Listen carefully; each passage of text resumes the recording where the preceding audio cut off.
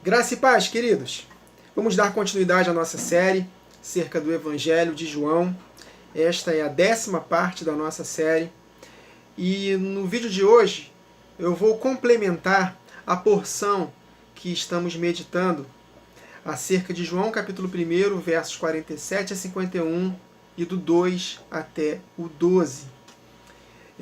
Se os irmãos puderam acompanhar até aqui, constataram verdades tremendas que nós meditamos aqui nessa porção.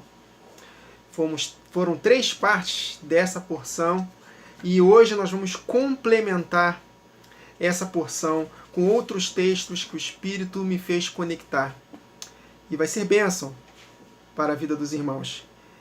Meditar acerca do milênio, da glorificação do nosso corpo, da eternidade definitiva. Meus irmãos, é maravilhoso meditar sobre isso.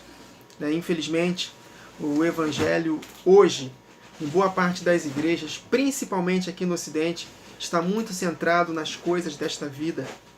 Não que Deus não tenha provisão para nós nesta vida. Eu creio que Deus supre as nossas necessidades, creio que Deus nos cura, opera outros sinais maravilhosos, nos guia para estarmos numa esfera específica da sociedade. Então, meus irmãos, Deus nos guia para essas coisas. Mas isso tudo não é um fim em si mesmo. As coisas desta vida passageira é um meio para um fim. E a finalidade, o objetivo, a meta da nossa fé é a salvação definitiva das nossas almas. É nessa esperança que nós fomos salvos. Vocês conseguem compreender o equilíbrio? Então nós precisamos estar com um coração, com o nosso tesouro na vida que virá, queridos. Nesse casamento maravilhoso que nós teremos com o nosso Senhor Jesus. É por causa desta bendita esperança que muitos dos nossos irmãos perderam tudo, inclusive a própria vida. Porque o amor de Deus é maior do que a própria vida. Permanecerá a fé, hoje permanece a fé, a esperança e o amor. Desses 3, o maior é o amor, porque o amor nunca acaba. Nós estaremos envolvidos com este amor para todo sempre.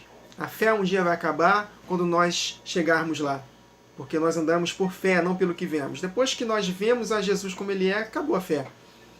E a esperança? A nossa esperança é a volta de Jesus. Jesus voltou, estamos com Ele, acabou também a esperança. Mas o amor não. O amor estará conosco para todo sempre, nessa comunhão com o Pai e o Filho.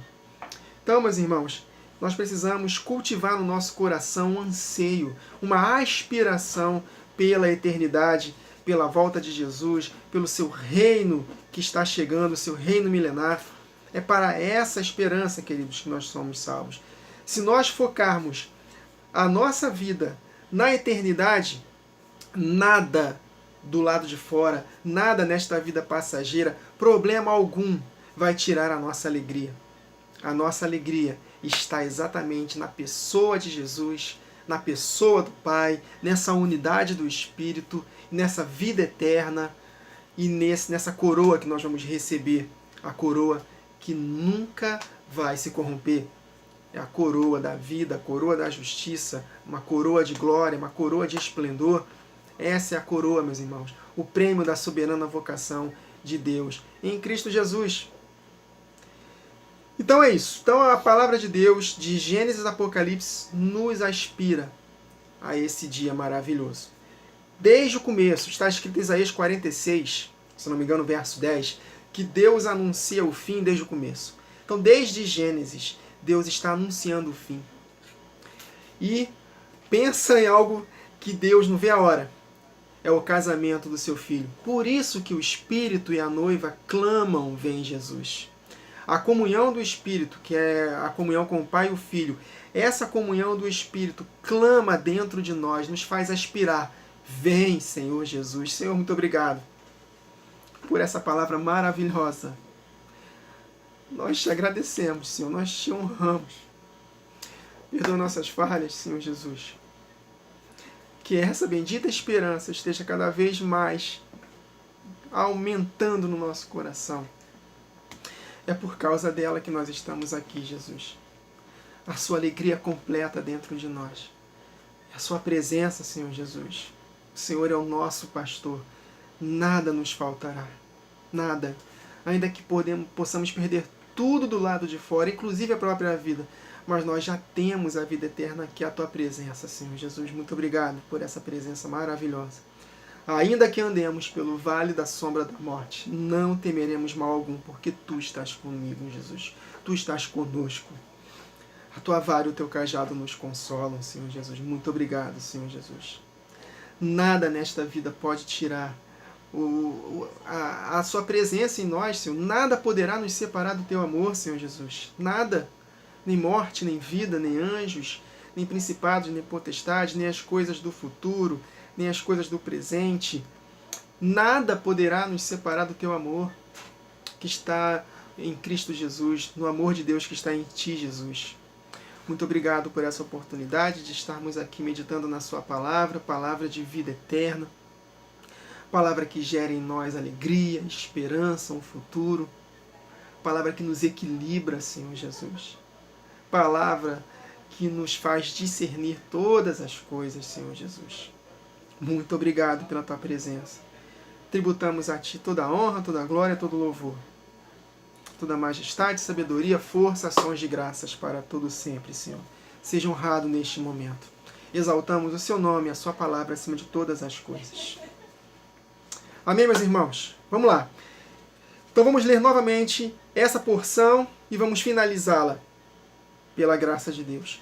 Então, eu gostaria muito que os irmãos pelo menos ouvissem novamente as últimas 3 gravações, a parte 7, 8 e 9, juntando com essa aqui, para que possamos somar tudo e nos enchermos dessa verdade. Então, João capítulo 1, verso 47 em diante. Jesus viu Natanael aproximar-se e disse a seu respeito: Eis um verdadeiro israelita, em quem não há dolo. Perguntou-lhe Natanael: De onde me conheces? Respondeu-lhe Jesus: Antes de Filipe te chamar, eu te vi quando estavas debaixo da figueira. Então exclamou Natanael: Mestre, tu és o Filho de Deus, tu és o Rei de Israel. Ao que Jesus lhe respondeu: Por que te disse que te vi debaixo da figueira, crês? Pois maiores coisas do que estas verás, Natanael. Porque você vai ver, porque você é um israelita verdadeiro, em quem não há dolo. Você teme a Deus, guarda os seus mandamentos. É isso que Jesus quis dizer, meus irmãos. Verso 51. E acrescentou: em verdade vos digo, que vereis o céu aberto e os anjos de Deus subindo e descendo sobre o Filho do Homem. Já expliquei para os irmãos que é a nossa esperança de ver Jesus voltando com miríades e miríades de anjos. E aí João escreveu, no capítulo 2, verso 1, no terceiro dia. Nós já meditamos que esse terceiro dia fala acerca do casamento, da volta do Senhor Jesus. Então, no terceiro dia, não foi por acaso que João escreveu, não foi por acaso que Jesus conversou com Natanael, sabendo que 3 dias depois haveria um casamento. Jesus foi totalmente guiado pelo Espírito do Pai. Então, ele falou aquele discurso com Natanael de que ele viria coisas grandiosas, maiores do que estas, e no terceiro dia, que tipifica o nosso casamento com o Senhor Jesus, no terceiro dia, houve um casamento em Caná da Galileia, achando-se ali a mãe de Jesus. Jesus também foi convidado com seus discípulos para o casamento. Tendo acabado o vinho, a mãe de Jesus lhe disse: Eles não têm mais vinho. Olha só, meus irmãos, nós nascemos de novo. Um novo nascimento é esse vinho. E esse vinho vai acabar. Sabe quando? Na segunda metade da última semana, quando o anticristo se manifestar, ele vai cessar o grande avivamento. Então, a manifestação de Deus vai cessar por causa da manifestação do anticristo. Porque Deus vai permitir que ele haja por 3 anos e meio. E aí no verso 4, mas Jesus lhe disse: Mulher, que tenho eu contigo? Ainda não é chegada a minha hora. Então ela falou aos serventes: Fazei tudo o que ele vos disser. Nós devemos perseverar, queridos, em fazer tudo o que Jesus nos ordenou. Aí ele fala: Estavam ali 6 talhas de pedra que os judeus usavam para as purificações. Santificação, pureza, queridos, obediência pelo Espírito Santo e pela palavra de Deus, que é a água. E cada um Cada uma levava 2 ou 3 metretas. Jesus lhes disse: enchei de água as talhas. Nós precisamos estar cheios do Espírito.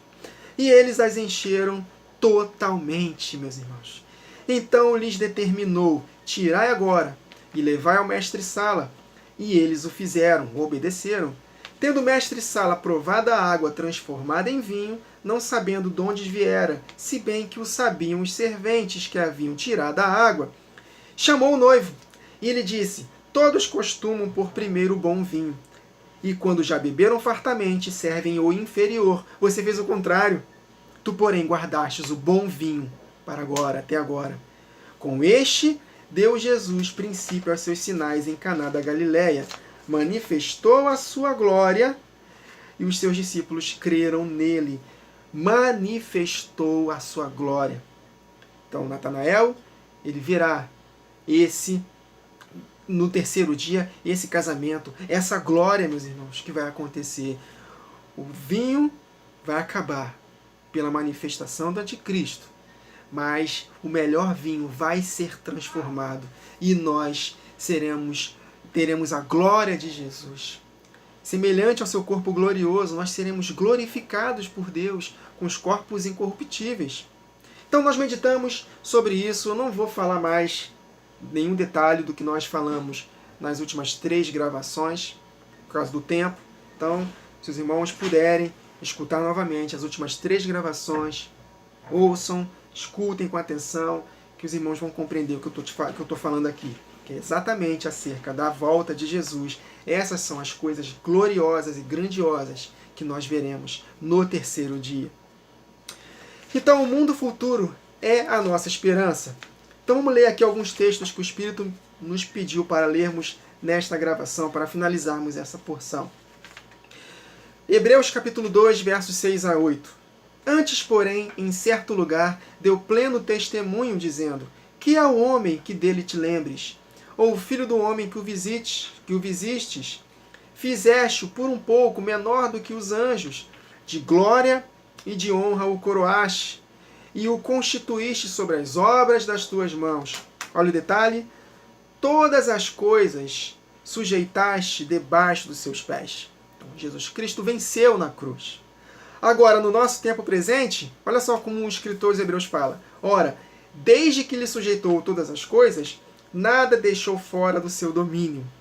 Agora, no momento, nesses 2 dias, nesses 2 milênios, porém, ainda não vemos todas as coisas a ele sujeitas. Veremos no terceiro dia, no terceiro milênio, os anjos de Deus subindo e descendo sobre o Filho do Homem, com miríades e miríades de anjos, e nós retornando com ele, montados em cavalos brancos, para vencer o anticristo e todos os seus súditos, e para reinarmos com Cristo nesta terra vitoriosos. Então ainda não vemos isso, mas já está consumado. Amém, meus irmãos? Em Romanos 16 e 20, e o Deus da paz, em breve, no terceiro dia, esmagará Satanás debaixo dos nossos pés. Vamos vencer, meus irmãos, se permanecermos até o fim. A igreja está sendo edificada nesses 2 dias, nesses 2 milênios. Mas quando ela terminar a edificação, no terceiro dia, as portas do Hades, do mundo dos mortos, do Sheol, não prevalecerão contra a igreja. Assim como a morte não pôde reter Jesus, a morte não vai nos reter. Nós venceremos a morte com Cristo Jesus. O Espírito dele, unido ao Pai, o Espírito vivificante, vai glorificar o nosso corpo mortal. Hebreus 4, 8 a 11. Ora, se Josué lhes houvesse dado descanso, não falaria posteriormente acerca de outro dia, o terceiro dia. Portanto, resta um repouso para o futuro para o povo de Deus. Porque aquele que entrou no descanso de Deus, também ele mesmo descansou de suas obras como Deus das suas na criação. No 7º dia Deus descansou, e esse descanso, meus irmãos, é para a igreja vitoriosa. Esforcemo-nos, pois, por entrar naquele descanso no futuro, no terceiro dia, no 7º milênio, a fim de que ninguém caia segundo o mesmo exemplo de desobediência. Então nós devemos nos esforçar. Aquele que está firme hoje, cuide para que não caia, precisamos perseverar até o fim para que possamos alcançar o objetivo final da nossa fé, que é esse casamento no terceiro dia. 2 Coríntios, capítulo 5, versos 1 a 10. Olha como a palavra de Deus nos aspira pela eternidade. Sabemos que, se a nossa casa terrestre deste tabernáculo se desfizer, está falando acerca do nosso corpo mortal, temos da parte de Deus um edifício, casa não feita por mãos, eterna nos céus. Essa é a nossa cidade que está nos céus, de onde aguardamos um Salvador. E ele continua, e por isso, neste tabernáculo, que é o corpo, gememos. Olha como ele fala, aspirando por sermos revestidos da nossa habitação celestial. Uma aspiração, queridos. Quem é que pensa hoje, preferir morrer e estar com Cristo, que é incomparavelmente melhor? Ninguém. Porque nós estamos muito presos a esta vida passageira. Agora, o nosso viver é Cristo, o morrer é lucro. Então, se o nosso viver na carne é para poder ser bênção para outras pessoas, meus irmãos. E não porque nós amamos a vida nesta terra em si. Nós só temos essa escolha de amarmos as coisas desta vida porque aqui no país em que vivemos ainda não tem perseguição física contra o Evangelho. Mas os nossos irmãos que estão padecendo hoje, eles não amam essas coisas desta vida passageira. Eles não aspiram serem ricos, prósperos nesta terra. Eles aspiram perseverar até o fim para alcançar a coroa da glória. Aí ele continua, o apóstolo Paulo. Se, todavia, formos encontrados vestidos, nós vimos sobre isso na última gravação, lavando nossas vestes, obedecendo aos mandamentos do Senhor. Se formos encontrados vestidos em santidade, e não nos pecados.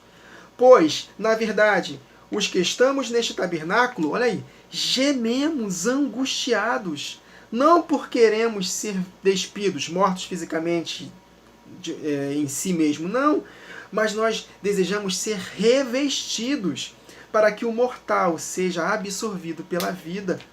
Ora, foi o próprio Deus quem nos preparou para isto, outorgando-nos o penhor do Espírito. A garantia desta vida eterna é o Espírito que está em nós. Temos, portanto, sempre bom ânimo, sabendo que, enquanto no corpo estamos ausentes do Senhor, ausentes dessa glorificação, dessa plenitude, ausentes deste casamento, meus irmãos. Esta é a glória superior que nós vamos ver, o vinho melhor. Aí ele continua, visto que andamos por fé e não pelo que vemos. Está vendo o contexto? O contexto de andar por fé e não por vista é exatamente o contexto de aspirar pela eternidade. Eu não vejo essa eternidade, mas eu ando pela fé nessa eternidade. Está vendo quando nós lemos dentro do contexto nós compreendemos? Eu não vejo que meus problemas pessoais desta vida passageira não estão resolvidos. Mas eu contemplo pela fé. Tudo bem, meus irmãos, nós podemos experimentar dos poderes do mundo vindouro, claro. Mas o cerne da questão aqui é o mundo que virá. Nós andamos pela fé e não pelo que vemos. Nós não vemos, mas aguardamos pacientemente o que não vemos. Essa é a nossa bendita esperança. Aí ele continua. Entretanto, estamos em plena confiança, preferindo deixar o corpo e habitar com o Senhor. Quem é que prefere morrer hoje para estar com o Senhor, queridos? Ninguém. Eu falo por mim mesmo. Nós temos que permitir que a palavra de Deus vá nos transformando e cultivando esse desejo sincero no nosso coração. Que nós, de fato, não tenhamos medo de morrer. Se cairmos duro aqui agora, não tenham medo. Não devemos ter medo. Por quê? Porque a nossa verdadeira vida é depois daqui. Se nós estivermos firmes com o Senhor, é bênção, é glória, meus irmãos. É alegria. Então, prefiro deixar o corpo e habitar com o Senhor. Olha o que o apóstolo Paulo escreveu, meus irmãos. Parece loucura para a nossa mente. É por isso que também nos esforçamos, quer presentes, quer ausentes, para lhes sermos agradáveis. Porque importa que todos nós compareçamos perante o tribunal de Cristo, para que cada um receba o bem ou mal que tiver feito pelo corpo. Então nós devemos sim aspirar pela eternidade, mas tomando cuidado para sermos agradáveis a Deus, obedecendo aos seus mandamentos, para que possamos ser julgados e vencermos no dia do juízo final. Aí nesse mesmo contexto, Romanos capítulo 8, versos 18 a 25, estou falando acerca do terceiro dia, do melhor vinho, os anjos de Deus subindo e descendo sobre o Filho do Homem. Essa é a glória que nos está reservada, que Natanael vai ver e que nós veremos também, se permanecermos até o fim. Porque para mim, tenho por certo que os sofrimentos do tempo presente não podem ser comparados com a glória. Olha aí. E Deus, Jesus, manifestou a sua glória no verso 11 de João 2. Com este sinal deu Jesus princípio, os seus sinais em Caná da Galileia. Manifestou a sua glória. É um protótipo, queridos, do que virá. Então, porque para mim tenho por certo que os sofrimentos do tempo presente, ainda que o vinho acabe por causa das perseguições, não podem ser comparados com a glória que há de ser revelada em nós. Essa glória, o melhor vinho para o final. Mas para isso, nós devemos perseverar em guardar os mandamentos. É esta a perseverança dos santos, guardar os seus mandamentos e a fé em Jesus Cristo, para que possamos, de fato, experimentar do melhor vinho. O apóstolo Paulo fala, a ardente expectativa da criação aguarda a manifestação dos filhos de Deus. Então a natureza criada, ela aguarda com grande expectativa a sua restauração na ocasião da volta de Jesus, em que ele vai restaurar esta terra para que possamos governar nela por 1000 anos sobre as nações que restarão. Pois a criação está sujeita à vaidade, não voluntariamente, mas por causa daquele que a sujeitou, por causa de Adão, na esperança de que a própria criação será redimida do cativeiro da corrupção para a liberdade da glória dos filhos de Deus. Essa é a liberdade da glória que está nos aguardando, queridos. O melhor vinho, o terceiro dia, o casamento, a nossa única e bendita esperança. Aí ele continua, porque sabemos que toda a criação a um só tempo geme e suporta angústias até agora. Nós lemos isso em 2 Coríntios 5, que nós também gememos interiormente, aguardando esse dia, né? E não somente ela, o apóstolo Paulo continua, mas também nós, que temos as primícias do Espírito. Igualmente gememos em nosso íntimo, aguardando a adoção de filhos, a redenção do nosso corpo. Nós devemos gemer por esse revestimento celestial, a redenção do nosso corpo. Porque nessa esperança nós fomos salvos. Ora, esperança que se vê não é esperança. Olha aí, como esse texto se conecta perfeitamente com 2 Coríntios 5 que lemos aqui ainda agora, né? Porque nós andamos por fé e não pelo que vemos, né? Então, esperança que se vê não é esperança. Pois o que alguém vê, como espera? Mas se esperamos o que não vemos, com paciência o aguardamos. Essa é a nossa bendita esperança, o mundo futuro, a nossa aspiração, o objetivo final da nossa fé. Amém, queridos? Então finalizamos aqui essa porção de João, capítulo 1, versos 47 a 51, e do capítulo 2, versos 1 a 12. Então Deus falou poderosamente ao nosso coração nessas 4 partes, e de fato a palavra de Deus quer que nós aspiremos por esse dia, meus irmãos. Quando nós, de fato, aspirarmos pela eternidade, nós vamos viver uma vida aqui nesta terra com um propósito, meus irmãos. Nós estamos aqui com um propósito. Nós precisamos descobrir a nossa missão e sermos fiéis despenseiros. E o negócio de Deus é vidas. São vidas, pessoas, pescadores de homens. Esse é o negócio de Deus. Ai de nós se não pregarmos o Evangelho. Ai de nós se não vivermos para ser bênçãos com outras pessoas, para aspirarmos a acolher vidas. Né? Jesus falou em Lucas 16, usem as riquezas deste mundo iníquo, de origem iníqua, para ganhar amigos, para que estes vos recebam nos tabernáculos eternos. Então nós esmurramos nosso corpo, fazemos dele nosso escravo, para que, tendo pregado a outros, não venhamos a ser desqualificados. Então, a nossa missão, a nossa aspiração, nós nos dominamos como um atleta para ganhar uma coroa corruptível, num contexto de ganhar vidas, num contexto de ser bênção para com os outros. Nós fomos resgatados, meus irmãos, para resgatar. Nós somos consolados para consolar.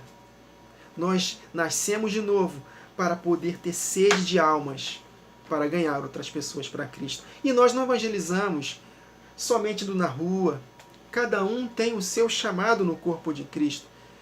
Então, Deus sempre nos dará estratégias para ganharmos vida. Esse trabalho no YouTube, aparentemente é um trabalho tranquilo. Estou aqui no ar condicionado, no escritório, sem passar por perigos, né, de pessoas.